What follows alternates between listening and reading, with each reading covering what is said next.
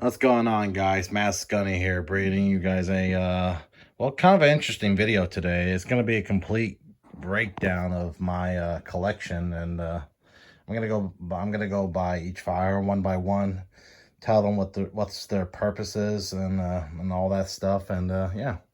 So yeah, I guess I'll go ahead and start with the long guns then, and well, just to keep in mind, my gun collection was bigger than this, but it's just, life changes and thing changes, and honestly, right now I'm just trying to, get money together for a down payment for a new house. So yeah, so a lot of my gun collection has vastly shrank, but as it stands, I mean, it's a pretty good collection. I mean, I have here. I mean, I like it. These are the guns that I would never plan on selling or getting rid of. So yeah, I was on with the show. So I'm gonna start with the long guns here, and all right, damn chair. All right, so to start things off, this is my Stoger, coach gun. Yeah, coach gun. Yeah, it is 12 gauge because I always wanted an old-fashioned double barrel, especially with that short of a barrel right there. I mean, it really makes things handy. So you just can't beat an old-fashioned double barrel too. Yeah, it does have the two triggers on them, so you can fire this you can fire this gun both at the same time, although it will kick you around like a motherfucker. So yeah, Stoger coach gun, 12 gauge, pretty awesome gun. The old-fashioned boom stick. Damn it. Okay, I'm just gonna put this gun on the bed because I don't want it falling over or something. All right, next up is my pretty sure you guys seen this gun before. It's my Mossberg 590 retrograde. It's pretty standard. Basically a Mossberg, regular Mossberg, except a regular Mossberg 590, except it's on steroids because it's got this heavy duty bull barrel right here. I mean, just look at how much meat is on that. My imagine you can never shoot out a barrel like that. To be honest, I never see anybody shoot out of a barrel out of a shotgun. Shoot out the barrel of a shotgun. So yeah. But yeah, it's just got this. It's dolled up to make it look like one of those old riot guns with the hardwood furnitures and the heat shield, like a modern trench gun. So yeah, pretty interesting gun. I like it. Yeah. And next up is, of course, surprise, just the AR15. But caveat to this one is I built this one. It is it started off life as a let's see here. Era Precision. So I got the lowest parts kit from Palmetto. Same deal with the upper here. I got the lowest parts kit from Palmetto State Armory, and then I just bought the whole upper with it. So nothing really too special. It's got like a flashlight mount, the UTG magazine. What do you call it? The magazine. Well, basically the magazines can be stuck together like that, like there. It's got a SIG Romeo on it, so that's pretty neat. Just a 5.56 rifle, really. I thought about getting a Steyr AUG, but right now I think if I just want a basic 5.56 rifle, an AR platform is a way to go.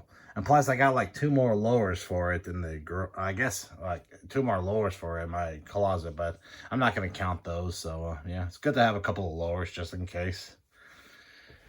Okay, and the last but not last of my long guns here is my Winchester Model 70. And boy, oh boy, this gun is a beaut. I mean, I've been on so many hunting and camping trips with this gun. It's unbelievable. I mean, back in the day, I paid only, wait, did I say Winchester Model 70. Winchester, yeah. I think I paid like $230 from this at a pawn shop. It is a 308, by the way, so it's not a pre-64. unfortunately. I looked up the serial number. It was made back in 1972, I believe.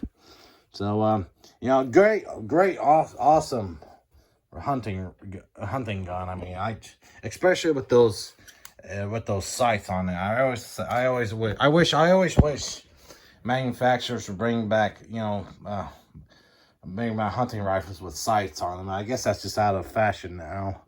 But it's a pretty cool gun. I mean, I absolutely love it. Just the hardwood furniture, the old-fashioned.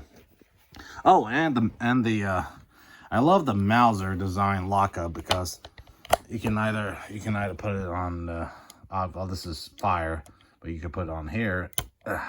Middle is you can still manipulate the bolt, but you can't pull the trigger. And then all the way, you push the safety all the way back, it just completely disables the gun, so you can't even move the bolt on it or pull the trigger. So, you know, that's always a preferred method for me. I mean, I always like that. So, and it is rocking an old-fashioned Redfield scope because honestly, I just don't feel like I feel the need to put a fancy dollop scope on this. Okay, and now we're getting to my handgun collection. Now, you might think, you know, why some of these handguns are separated like this. Well, there's a reason for that.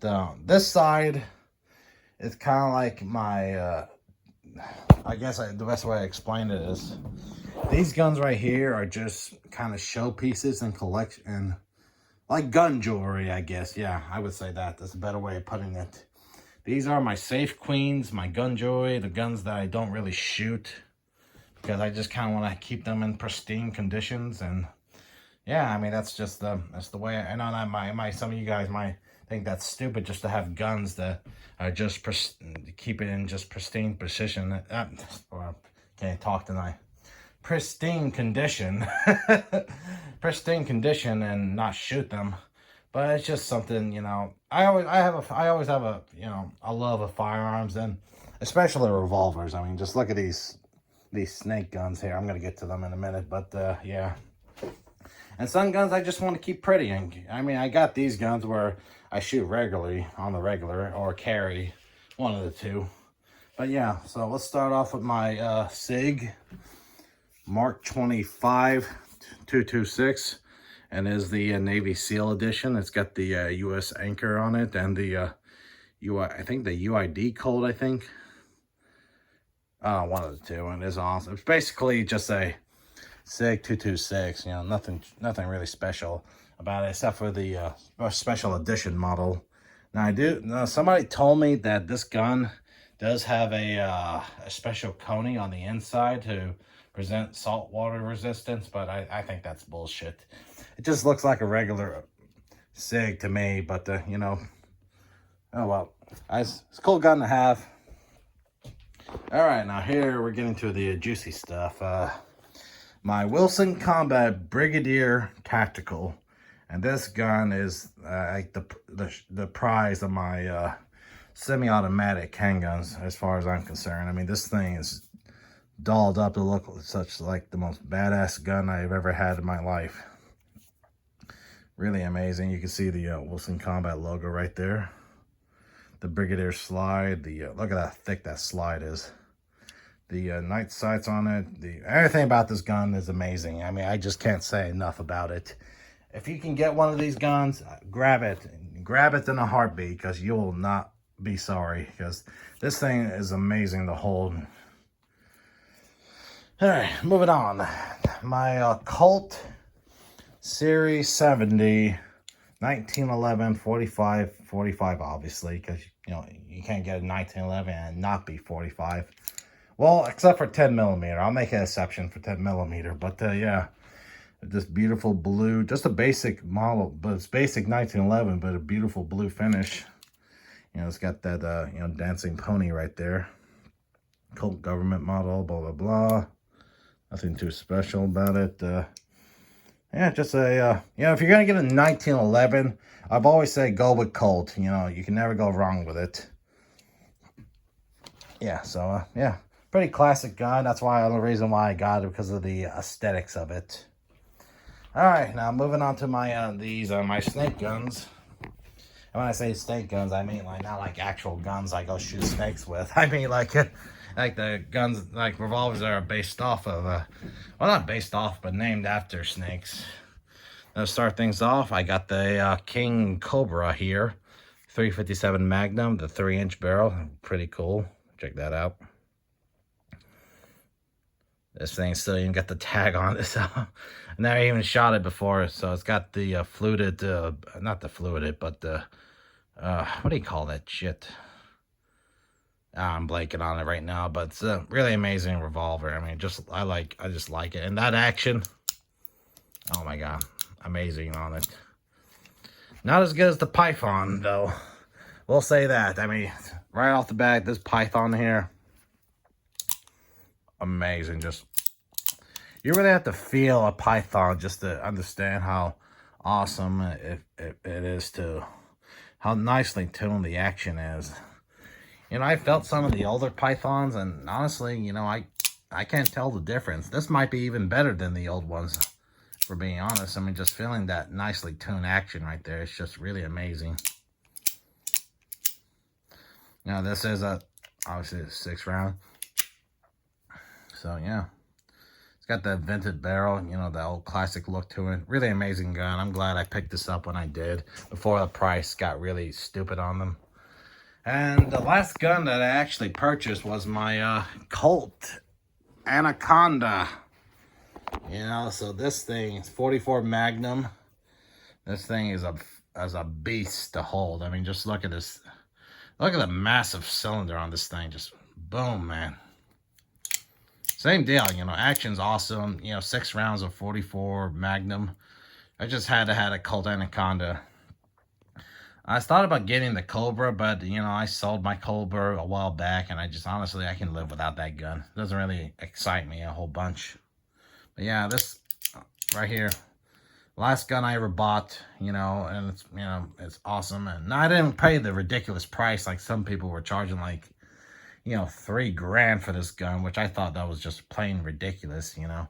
But I'm glad I picked mine up for the suggested retail price. I'll just say that. You know, nothing crazy or nothing. So, yeah. All right, now as we move over here, we're going to my, I guess either tools or range toys, I would say. So, to start things off, this is my, this is actually a special edition Beretta 92 G Brigadier. This is the Tennessee model. You know, 1970, the volunteer state, you know, the Tennessee and whatnot. But I changed the grips out because I wanted to do like a, what do you call it? I'm a big Resident Evil fan, so I wanted to put these awesome Resident Evil grips on it to make my own samurai edge. I still need to get a stainless steel barrel to complete the look, but as far as everything else go, I mean, it's an awesome gun. I mean, I do carry this gun occasionally. You know, when I want to carry a semi-automatic, so 9mm, obviously. A really awesome gun. I mean, I'm glad I picked it up because I could not. I always wanted this gun since well, actually, I wanted the regular Brigadier, but for some reason, you know, they just, I don't know if Beretta stopped making them or if they just make a certain batch every once in a while. But it's hard to find a Brigadier. I don't know why that's the case. I mean, I always prefer the Brigadier because, you know, look how beefed up that slide is, as you know, preferred to the old ones. So yeah, again, this we got that orange fiber option. Now this is a loaded gun, by the way, so you know, it is. I am being safe with it. So yeah, because I do carry this gun occasionally.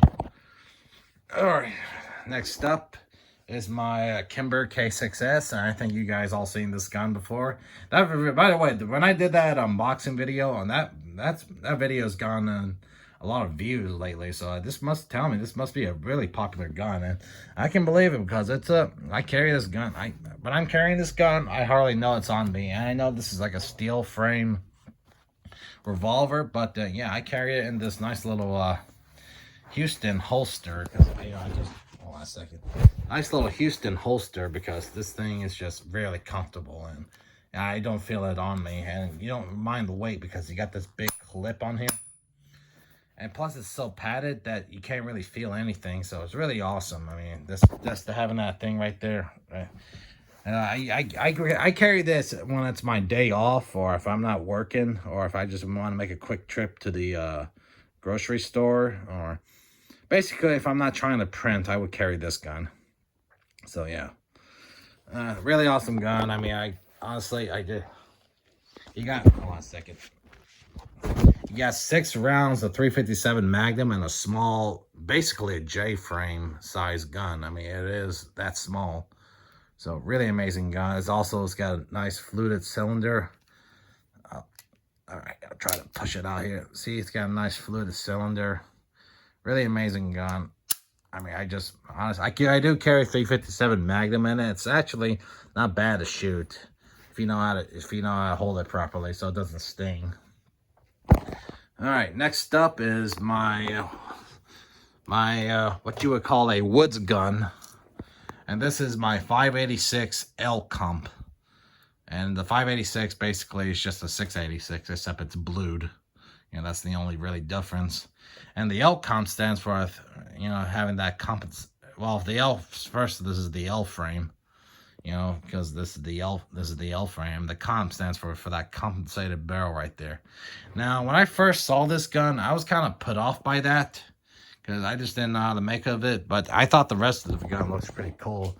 And honestly, it was the Yankee Marshal that kind of won me over to this gun, because it's just like for one thing, it holds 7 rounds. 7 rounds of 357 Magnum. So you know, sorry. Yeah, 7 rounds of 357 Magnum. So, yeah, 357 Magnum is a power. Hold on, I gotta get the cat out of here. Okay.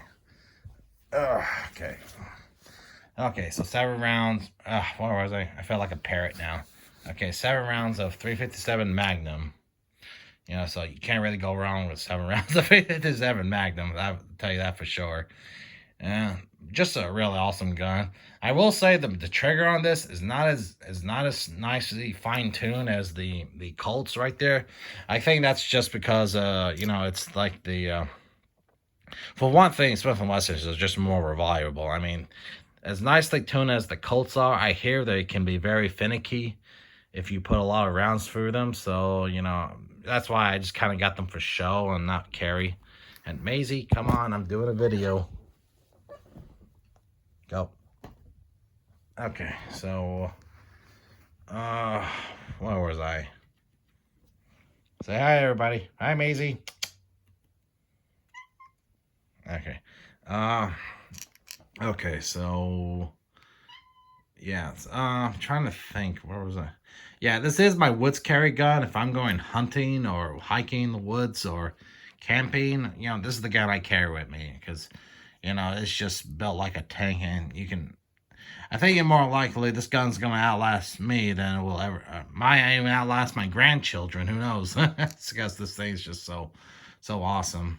Now, I do need to get that front sight changed, because it does have a what do you call it, a night sight.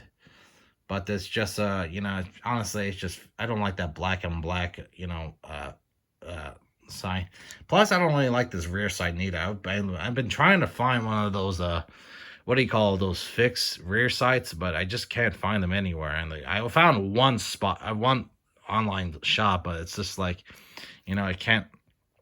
The guy's website literally looks like the internet was just, I think it was all DNL Sports or something. I didn't see where you can buy it. I think it's like something where you have to kind of have custom order or something, but I'm looking into that. But yeah. So yeah, that's the Smith & Wesson 586. This is, by the way, I don't know if I mentioned, but this is a performance center gun, so you are getting a more of a premium gun when you buy this model. So yeah, there you go. And last but not last and least is my last. Well, I'm lost. I'm kind of tongue tied. Last but not least, my H&K Mark 23 45 ACP. Boy, oh boy. I think this has to be my most expensive gun I have in my collection. And it's funny because this is also the only polymer gun I have in my collection, as you can believe that, because it's just like, Honestly, I never thought I would pay over $2,000 for a fucking gun with a polymer frame. But damn it, when I held this thing in my hands, honestly, I just had to have it. I mean, this thing is just awesome and all the way around. Just a badass gun, really. Yeah, it's got a fluted barrel. Not fluted barrel, a threaded barrel. So it did came with a thread cap. Although I will say, it came with a shitty plastic case, though. I don't know why. I always thought these came with a nice nylon case, but I guess mine didn't, so I don't know what was going on with that. I think that might have been a special edition model or whatever. So let me just go ahead and put this thread protector on. Alright, now, as big as this gun is, it only holds... Oh, shit. Okay. It only holds 12 rounds in the magazine. 12 rounds. Do you believe that? 12 and plus 1, you know, so 13 in total.